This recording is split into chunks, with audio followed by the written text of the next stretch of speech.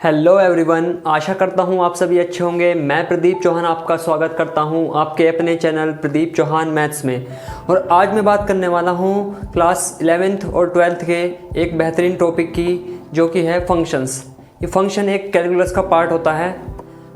ये वीडियो बहुत ही इन्फॉर्मेटिव होने वाली है, तो प्लीज़ मेरे साथ लास्ट तक बने रहे।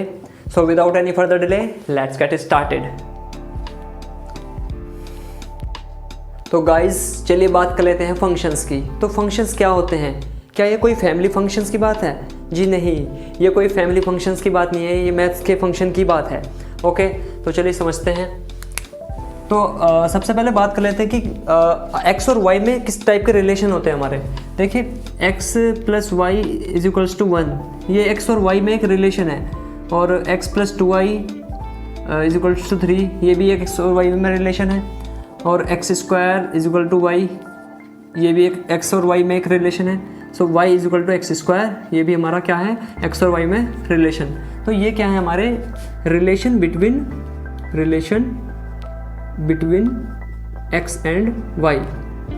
ओके, तो सबसे पहले हम क्या देखते हैं कि ये जो पहला रिलेशन है एक्स और वाई में, तो इसको लिखते हैं एक्स प्लस वाई। तो अब हम इस रिलेशन को देखते हैं कि भाई ये रिलेशन फंक्शन है या नहीं। तो इसके लिए क्या करते हैं, इसके लिए करते हैं कि इसमें x की वैल्यू पुट करके देखते हैं। देखो, put x is equal to 0, कुछ भी रख सकते हैं। तो x की वैल्यू मैंने 0 रखी, तो यहाँ से मिलेगा मुझे 0 plus y is equal to 1। So y की वैल्यू आ जाएगी यहाँ पे 1। अब मैं वैल्यू रखता हूँ x की, put x is equal to 1। तो यहाँ से क्या मिलेगा मुझको, 1 plus y is equal to 1। और यहाँ से आ जाएगा 1 माइनस 1 यानी 0। अब x की वैल्यू रखते हैं हम 2, तो y की वैल्यू हो जाएगी हमारी 2 plus y is equals to 1। और y is equals to 1 minus 2, it means that ये हो जाएगा -1। तो यहाँ पे अगर हम इन रिलेशन का रे डायग्राम बनाएं तो देखते हैं क्या मिलता है। यहाँ पे होता है x और यहाँ पे होता है y। और x की वैल्यूज़ है हमारी 0, फिर मैंने रखी 1, फिर यहाँ पे 2। जो आउटपुट आया निकल के वो आया हमारा 1 और 0 एंड -1। देखिए, मैंने x की वैल्यू 0 रखी तो y मिला मुझे 1, और x की वैल्यू 1 तो y मिला 0, और x की वैल्यू 2 रखी तो ये हो जाएगा, ये मिला मैं -1। ओके, तो हम यहाँ क्या ऑब्जर्व कर सकते हैं, हम यह देख सकते हैं कि x की एक वैल्यू रखने पर हमें y की वैल्यू एक ही मिल रही है। ठीक है, तो x की एक वैल्यू रखने पर हमें y की एक ही वैल्यू मिली, तो इसका मतलब है ये हमारा क्या होगा, ये फंक्शन होता है। तो फंक्शन में क्या होगा, यानी ऐसा रिलेशन जिसमें x की एक वैल्यू रखने पर y की एक ही वैल्यू मिले, ऐसे रिलेशन को हम फंक्शन बोलते हैं। Okay, so y is equals to, इसको मैं लिख सकता हूँ 1 माइनस एक्स। ओके, तो ये जैसे एक फंक्शन हमारा आ चुका है, क्योंकि x की एक वैल्यू रखने पर हमें y की एक ही वैल्यू मिल रही है, तो ये हमारा फंक्शन होगा। तो क्या हम इसको f(x) लिख सकते हैं? जी हाँ, हम इसको f(x) भी लिख सकते हैं। कहीं पे आपने देखा होगा y is equals to f(x) लिखा होता है, तो इसका मतलब होता है कि वो रिलेशन फंक्शन होते हैं, यानी जो रिलेशन फंक्शन होते हैं उसमें हम y is equals to f(x) लिख सकते हैं। y को क्या लिख सकते हैं, f(x). ओके, तो ये हमारा क्या हो जाएगा, एक function. It is a function, it is a function. इसमें x की एक वैल्यू के कॉरस्पॉन्डिंग y की एक ही वैल्यू मिल रही है, सो दैट्स वाई ये क्या है हमारा फंक्शन। अब देखते हैं, देखो अब सेकेंड रिलेशन देखते हैं। सेकेंड रिलेशन है हमारे पास x प्लस 2y। देखिए, second relation x plus 2y is equals to 3। तो यहाँ से मैं लिख सकता हूँ 2y is equals to 3 minus x, और ये यहाँ से आ जाएगा y is equals to 3 minus x upon 2। अब मैं इसमें भी x की वैल्यू रख के देखता हूँ। ओके, सो x की वैल्यू रखते हैं हम यहाँ 0। तो x की वैल्यू 0 रखेंगे तो y will be equal to 3 minus 0 upon 2, तो ये हो जाएगा 3/2। फिर x की वैल्यू 1 रख सकते हैं, तो y की वैल्यू आ जाएगी 3 माइनस 1 अपॉन 2, जो कि होगा 2/2, इट मीन्स दैट 1। तो यहाँ से भी हम क्या ऑब्जर्व कर सकते हैं, देखिए x की एक वैल्यू रखी तो y की वैल्यू कितनी मिली, मुझे एक ही वैल्यू मिली। इट मीन्स दैट कि इनपुट अगर एक डाल रहे हैं तो आउटपुट भी एक ही आ रहा है। ओके, यहाँ पे भी x की वैल्यू 1 रखी, यानी तो आउटपुट भी कितना मिला, 1 ही मिला। तो इसका मतलब है अगर इसका रे डायग्राम बनाया जाए, इसका भी अगर मैं रे डायग्राम बनाऊँ तो यहाँ से x की वैल्यू और यहाँ पे y की वैल्यू, x की वैल्यू मैंने 0 रखी और y की वैल्यू कितनी आई हमारी 3/2, तो x का रिलेशन हो जाएगा 3/2। ओके, और 1 रखने पर कितनी मिली 1, तो ये भी 1 का रिलेशन 1 से मिल रहा है। इसका मतलब है यहाँ पे इस रिलेशन को देख सकते हैं, क्या ये रिलेशन फंक्शन हो चुका? बिल्कुल हो चुका, क्योंकि x की एक वैल्यू रखने पर y की एक वैल्यू मिल रही है, तो इसको भी हम क्या बोल सकते हैं? फंक्शन। ठीक है, अब देखते हैं हम थर्ड रिलेशन। ओके, आपको ये बात बिल्कुल अच्छे से समझ आ गई होगी। अब मैं थर्ड रिलेशन देखता हूँ।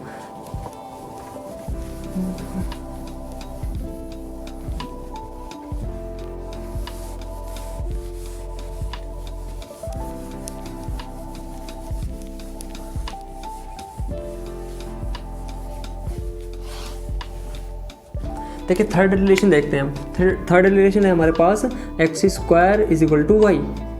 ओके, तो इसको हम लिख सकते हैं y = x²। अब हम x की वैल्यू रखते हैं इसमें भी। देखो पुट x = 0। जब मैं x की वैल्यू 0 रखता हूँ तो y = 0² यानी 0 ही आ जाएगा। अब मैं x की वैल्यू रखता हूँ 1, तो y की वैल्यू हो जाएगा 1 का स्क्वायर यानी 1। अब मैं रख सकता हूँ यहाँ पे x की वैल्यू 2, तो y की वैल्यू कितनी मिली? ये मिल जाएगी 2 का square, it means that 4। x की वैल्यू अगर -1 रखते हैं तो y = -1 का होल स्क्वायर, तो ये आ जाएगा +1। ओके, तो हम इसमें क्या देख रहे हैं? देखिए x की वैल्यू 1 रखी तो आउटपुट भी एक ही मिला। ओके, x की वैल्यू सिंगल रखी तो सिंगल वैल्यू रखने पर एक ही आउटपुट मिल रहा है, तो क्या ये एक फंक्शन होगा? जी हाँ, ये भी एक फंक्शन होगा। इसका भी रे डायग्राम बनाते हैं। यहाँ पे हमारी x की वैल्यू रखी जाएगी, यहाँ पे y। x की वैल्यू मैंने रखी 1, फिर रखी 2, फिर -1, और यहाँ से जो आउटपुट निकल के आया है वो आया है हमारा 1 4 1। 1 रखने पे कितना मिला? 1, और 2 रखने पर हमारा 4, और -1 रखने पर भी कितना मिला? 1। ओके, तो इसका मतलब है ये एक फंक्शन है या नहीं है? पहले ये बताइए। देखिए मैंने अभी बताया था कि x की एक वैल्यू रखने पर y की सिंगल वैल्यू ही मिलनी चाहिए। क्या y की सिंगल वैल्यू मिल रही है? बिल्कुल, y की तो सिंगल वैल्यू ही मिल रही है।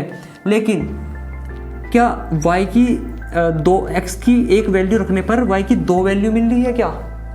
ऐसा तो नहीं है। देखिए x की वैल्यू मैंने 1 रखी तो ये 1 मिली, तो यानी इसके लिए एक ही वैल्यू मिली। अब मैंने 2 रखा, 2 के लिए भी एक वैल्यू मिली यानी 4। अब -1 रखा, -1 के लिए भी एक ही value milli.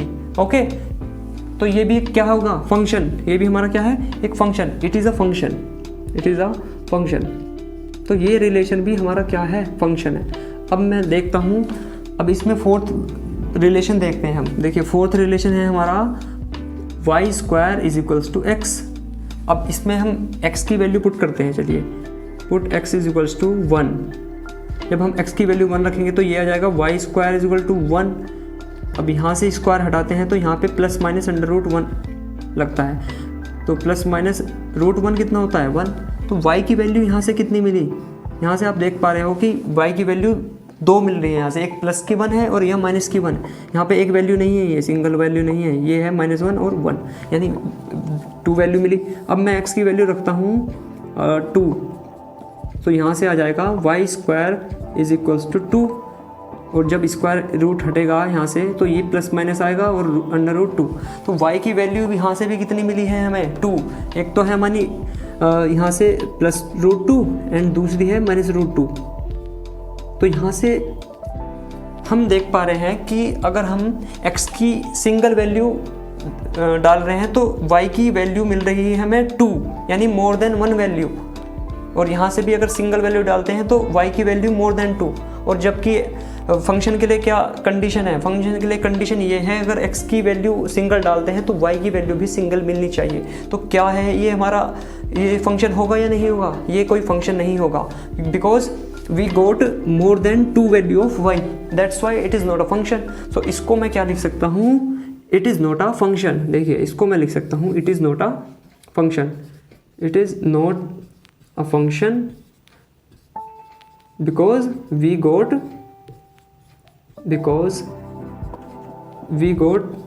more than one value of y, one value of y, यानी वाई की अगर एक से ज़्यादा वैल्यू मिल जाए तो वो रिलेशन हमारे फंक्शन नहीं होते हैं। तो आई होप ये बात आपको समझ आई होगी। तो कोई भी अगर आपको रिलेशन गिवन होगा तो आप उसमें x की वैल्यू रखने पर अगर y की वैल्यू अगर आपको सिंगल डिजिट मिल रही है तो वो आपका फंक्शन होगा, अदरवाइज़ वो आपका फंक्शन नहीं होगा। तो आप ये बात समझ पाए होंगे। तो अब मैं देखता हूँ कुछ ऐसे फंक्शंस जिसमें कि x की 3 वैल्यू के लिए y की सिंगल वैल्यू मिलेगी, तो वो भी एक हमारा फंक्शन ही होता है। तो चलिए देखते हैं।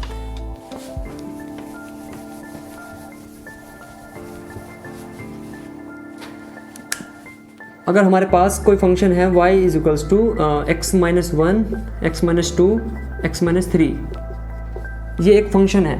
तो हम इसमें x की वैल्यू डालते हैं x इज इक्वल्स टू 1।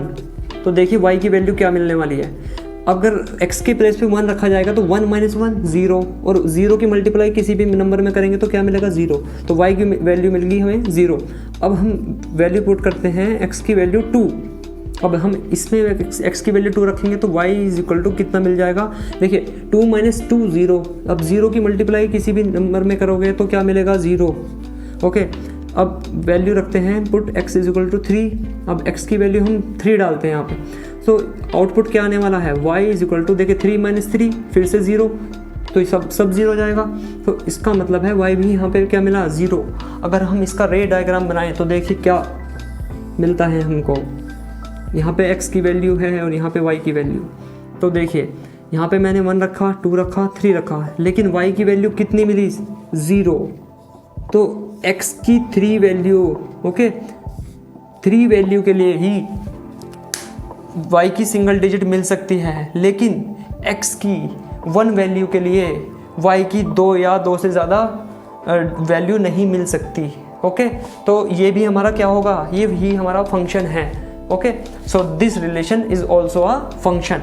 अब हम बात कर लेते हैं कि कोई फंक्शन है तो उसके डोमेन और रेंज का पता कैसे चलता है। ओके, तो एक फंक्शन देखते हैं, चलिए।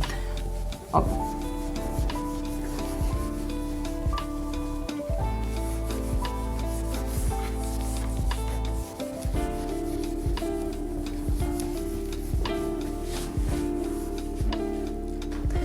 तो चलिए एक फंक्शन ले लेते हैं। तो हमारे पास y is equals to x minus 3 upon x minus 4, ये एक फंक्शन है। ओके, तो फंक्शन में हमें क्या किन बातों का ध्यान रखना पड़ता है, हम इसमें स्पेशली x और y को ही देखते हैं। देखिए इसमें x और y का ही खेल है। अगर ये समझ आ गया तो आपकी सारी प्रॉब्लम ख़त्म। ओके, तो x और y को देखते हैं, x एंड y। तो x और y होते क्या हैं यहाँ पे।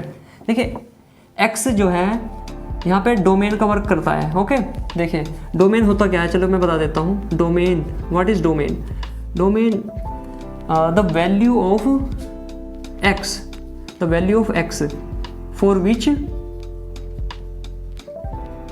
y is finite and real,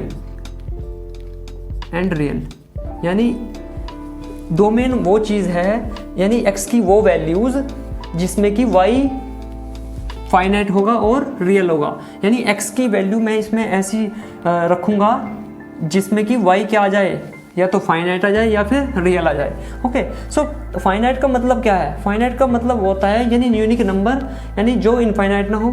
तो इनफाइनाइट को भी देख लेते हैं। देखो क्या होता है इनफाइनाइट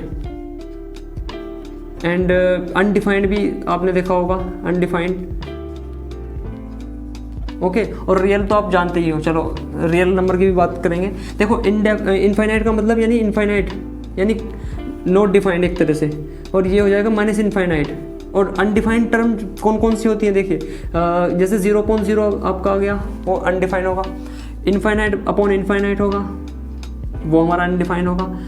0 की मल्टीप्लाई अगर इनफाइनाइट में करेंगे तो वही अनडिफाइंड टर्म होती है। ओके, अब बात कर लेते हैं देखिए रियल नंबर की। रियल नंबर्स कौन से नंबर्स होते हैं। देखिए रियल नंबर्स अब 9th क्लास से ही पढ़ते आ रहे हैं। रियल नंबर्स वो नंबर्स हैं जो कॉम्बिनेशन होते हैं रेशनल नंबर्स का और इरेशनल नंबर्स का। तो देखिए जो 1 से स्टार्ट होंगे वो होते हैं natural numbers, 1 2 3 4 and so on. और जो 0 से स्टार्ट होंगे वो होंगे हमारे होल नंबर्स, और जो नेगेटिव होते हैं -3, -2, -1, 0, 1, 2 ये सब हमारे होते हैं इंटीजर्स।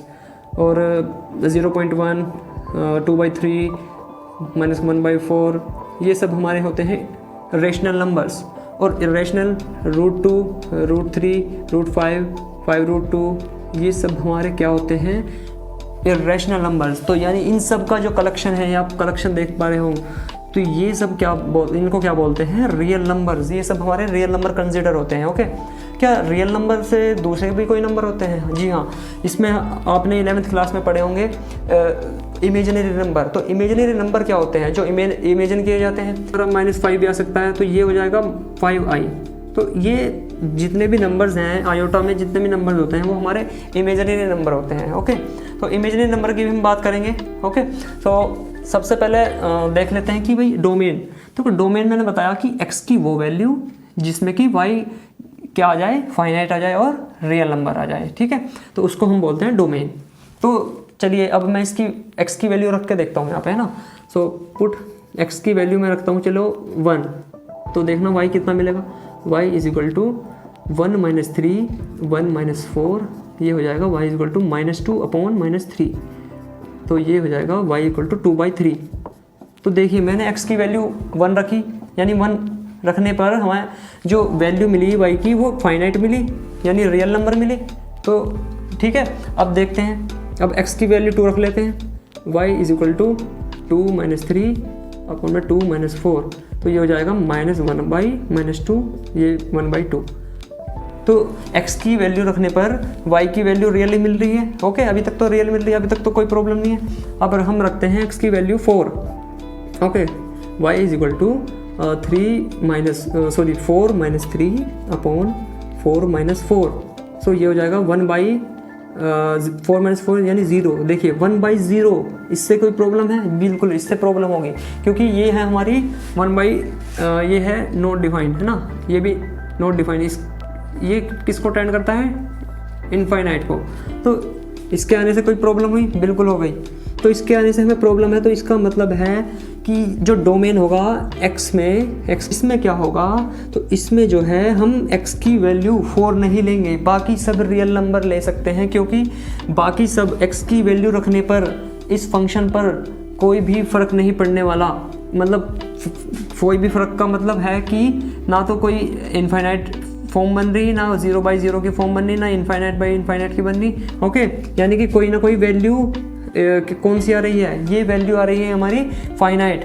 लेकिन 4 रखने के बाद हम क्या देख पा रहे हैं कि 1/∞, यानी ये हो जाएगा 1/0 हो जाएगी इनफाइनाइट, तो यानी ये आ जाएगा हमारा इनफाइनाइट। तो इनफाइनाइट आने से जो रेंज डोमेन है हमारा, तो डोमेन क्या हो जाना चाहिए हमारा, यानी एनी रियल नंबर। हम कोई भी रियल नंबर रख सकते हैं इसमें, लेकिन किसको नहीं रखेंगे, -4 को, यानी 4 को छोड़कर बाकी सब वैल्यू रख सकते हैं इसमें। तो y हमारा क्या आएगा, फाइनाइट।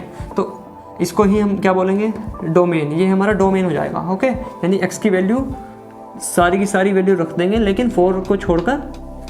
ओके, तो वो हमारा क्या होगा, डोमेन। तो ये डोमेन है।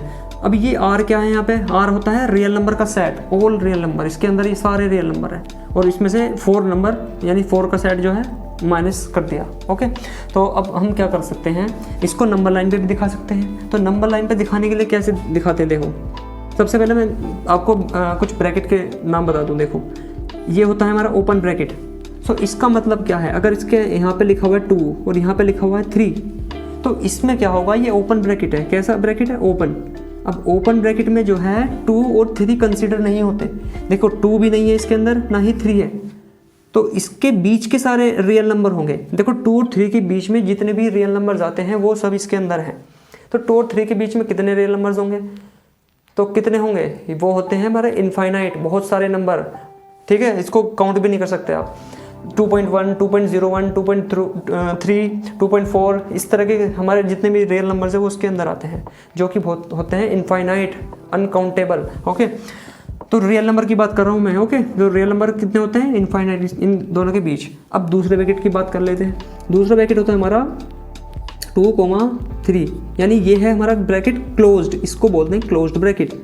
अब जब ये क्लोज्ड ब्रैकेट है तो क्या इसके अंदर 2 और 3 होगा?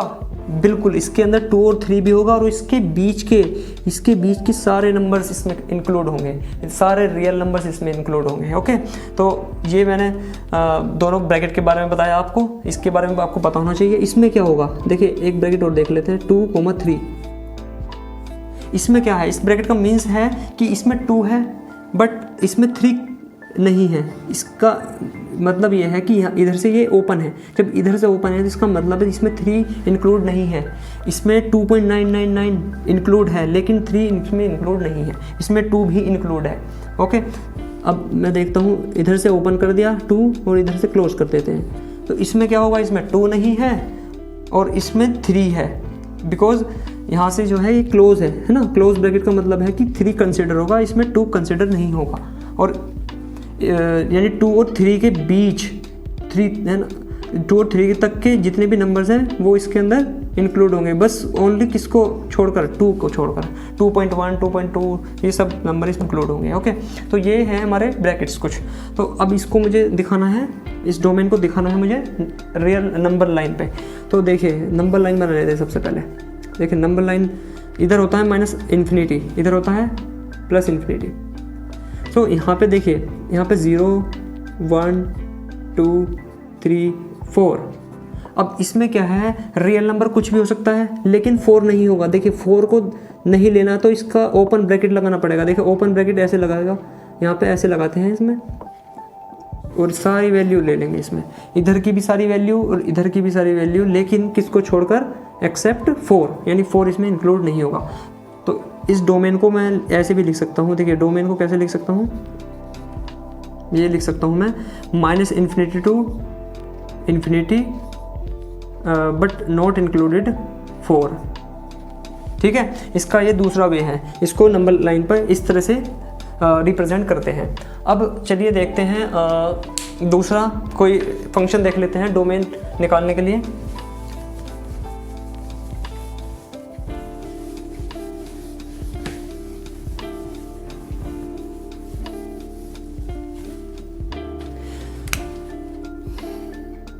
चलिए y = x - 2। ठीक है, तो ये हमारा एक फंक्शन है और हमें इसका डोमेन निकालना है। ओके, तो डोमेन निकालने के लिए सबसे पहले ये देखते हैं कि भाई अंडर के अंदर जो है क्या नहीं आना चाहिए, हमारा माइनस। अगर अंडर के अंदर माइनस आ गया तो वो हमारा हो जाएगा इमेजिनरी नंबर। लेकिन हम जो कैलकुलस में बात करते हैं, कैलकुलस के अंदर जितनी भी फंक्शन की बात चलती है वो रियल नंबर की ही चलती है। ओके, तो इसमें भी रूट के अंदर क्या नहीं होना चाहिए, माइनस। तो जब रूट के अंदर माइनस नहीं होना चाहिए तो ये जो अंदर वाला फंक्शन है x - 2 वो > 0 हो जाना चाहिए। ओके, 0 होने से कोई प्रॉब्लम नहीं है। देखिए y अगर अंदर 0 आ जाता है तो कोई प्रॉब्लम नहीं है, क्योंकि y की वैल्यू क्या मिलेगी, हमें रियल मिलेगी। ओके, तो 0 आने से कोई प्रॉब्लम नहीं है। लेकिन अगर यहाँ पे नेगेटिव आ गया तो नेगेटिव से क्या हो जाएगा, यहाँ पे प्रॉब्लम क्रिएट हो जाएगी। ओके, क्योंकि फिर वो क्या हो जाएगा, देखिए x - 2 वाला पार्ट जो है ग्रेटर देन होना चाहिए 0 से, और इक्वल भी हो सकता है 0 के। तो x > 2। अब 2 इधर आया तो x की वैल्यू जो है यहाँ से कितनी आ जाएगी, > 2 होनी चाहिए। ओके, तो इसका डोमेन क्या बनेगा, तो इसका डोमेन आ जाएगा 2 से लेकर इनफाइनाइट। और जब भी हम इनफाइनाइट लेते हैं तो वहाँ पे ब्रैकेट जो लगाते हैं हम ओपन ही लगाते हैं। देखिए जब भी हम इनफाइनाइट के ब्रैकेट लगाते हैं तो हमेशा ओपन ही लगाएंगे, क्योंकि इसमें हमें ये नहीं पता होता कि इसमें कोई फिक्स वैल्यू नहीं होती।